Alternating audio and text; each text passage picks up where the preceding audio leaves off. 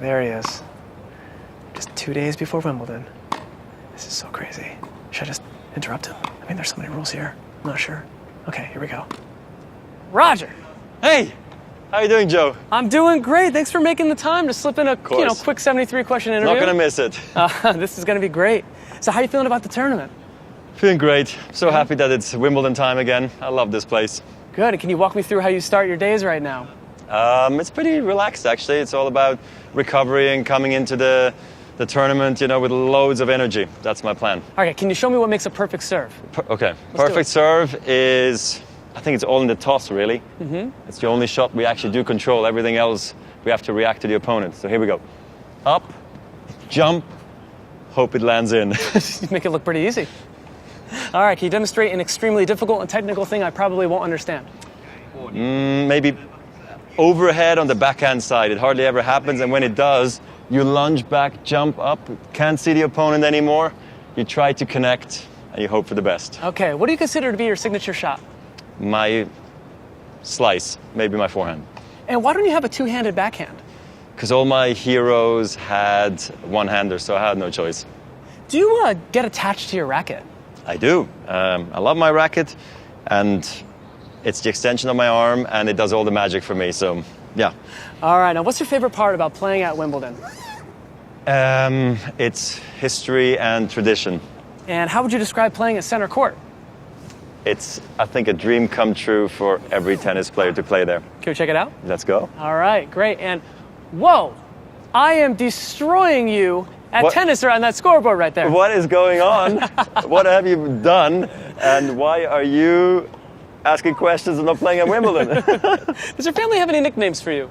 Yeah, they call me Roger, and in Swiss German, Rochi. Okay, what's the most Swiss thing about you?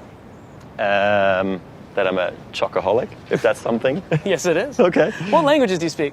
I speak Swiss German, German, English, and French. Do you have any favorite expressions in these languages?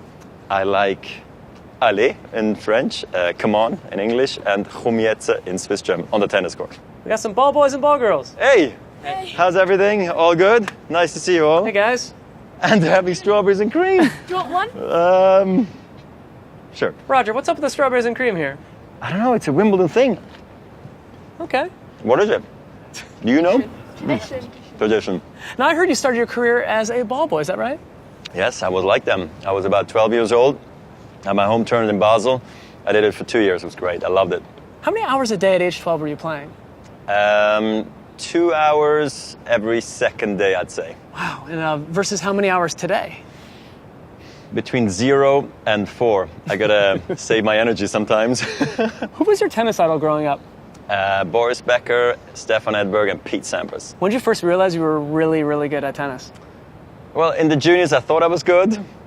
And then when I beat Pete Sampras here in 2001, I felt like I knew I was good. It's so wrong to say that. Oh, my God. Now, is it true your mom was a tennis coach? Yeah, a little bit. She didn't really coach me, though. Okay. And what's the best piece of advice that she gave you? Never let the ball bounce twice.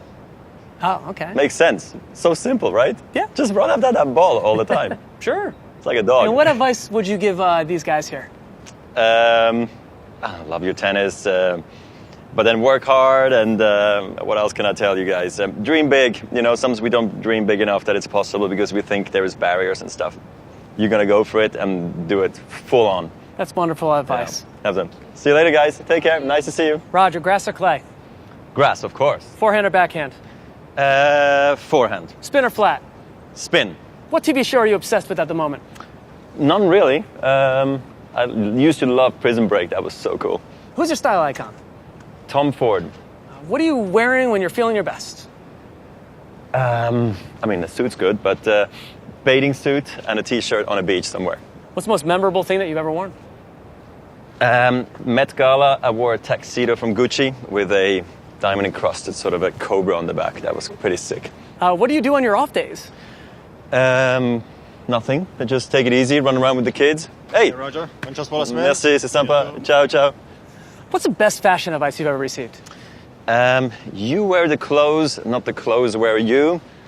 And Anna once told me, when I asked her if I should wear the dark suit or the light suit for the evening, she said, the dark suit, of course, Roger. I was like, of course. That's pretty good advice, right?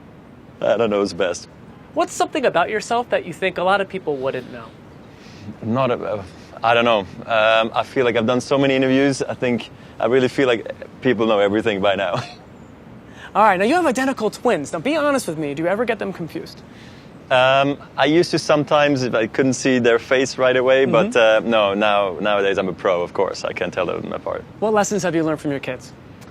Patience and snuggling again. It's been the best. That's so sweet. And what do you hope your kids learn from you?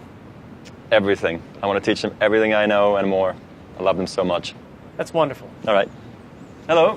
Nice to see you. Roger, out of all the places you play in the world, what's the craziest location? I played on the Jungfraujoch, top of Europe, in Switzerland on a mountain with Lindsey Vonn. And I guess center court Wimbledon, of course. And here we are in the clubhouse. We finally made That's it. I can't believe I'm here right now. And look at the trophies. This is the one. Roger, get right next to that. Look at So that. good. It's so beautiful. So close, so far. And you have 8 of these things. Yeah, I do. Where do you keep all of them? I have a big trophy cabinet at home, but we always have space for one more. I tell you that. I can imagine. What Wimbledon tradition do you look forward to the most? I think it's wonderful to have the center court be opened up by the defending champion at 1 o'clock on Monday. Do you remember the first professional tournament you played? Of course, Gstaad 98, after I won the juniors here actually at Wimbledon the week before. Wow. What's the most surprising moment in your career? Surprising moment. I truly believe becoming world number 1 and winning all the titles that I did is crazier than any dream I ever had about my career. I never thought I was going to be this successful. What's your most prized memorabilia? The net of my 2009 Wimbledon final against my good friend Andy Roddick. There you go. Would you consider tennis your favorite sport to watch? Yes, and football and basketball. I love basketball. It's cool. And growing up, you also played soccer, right? I did. What made you choose tennis over soccer? I didn't want to blame the goalie, in all honesty. I wanted to blame myself, and maybe that is what made me pick tennis. Thankfully, I did. What's the biggest challenge as an athlete that you didn't appreciate when you started? I was incredibly homesick in the beginning, jet lag, and all the interviews. Couldn't trust journalists in the beginning, and then little by little, I actually started enjoying interviews. That's why I'm talking to you right now. I'm so lucky to be here. And Roger, how do you want to be remembered? As a good guy for tennis, philanthropic, and I don't know, good tennis player maybe, I don't know. Now, I've been told that you enjoy ice cream before a match. Is that right? What? Pre-match ice cream? I'll have loads afterwards, but not before. And here's a wall of champions. Oh. That's a lot of Federer right there. Yeah. Almost takes up half of the space. But in 2019, you're going to want to make it, 9 times on this board, right? Yes. 8's great. It's actually my favorite number, but 9 has a better sound to it. Now, can you point to the win that was the most memorable? 2003. Why? It's my first one. There you go. It's like I thought that was it. I achieved my dream. Winning Wimbledon was epic. And I heard that they engrave these pretty quickly when you win? Yeah, so apparently even the trophy. So you hold it up in the air and it's already got your trophy engraved and you walk out of this court that you win just back here. Wow. You look to your right and bang, winner 2019 and the name. Can you actually tell me something really quick about Mr. Rafael Nadal?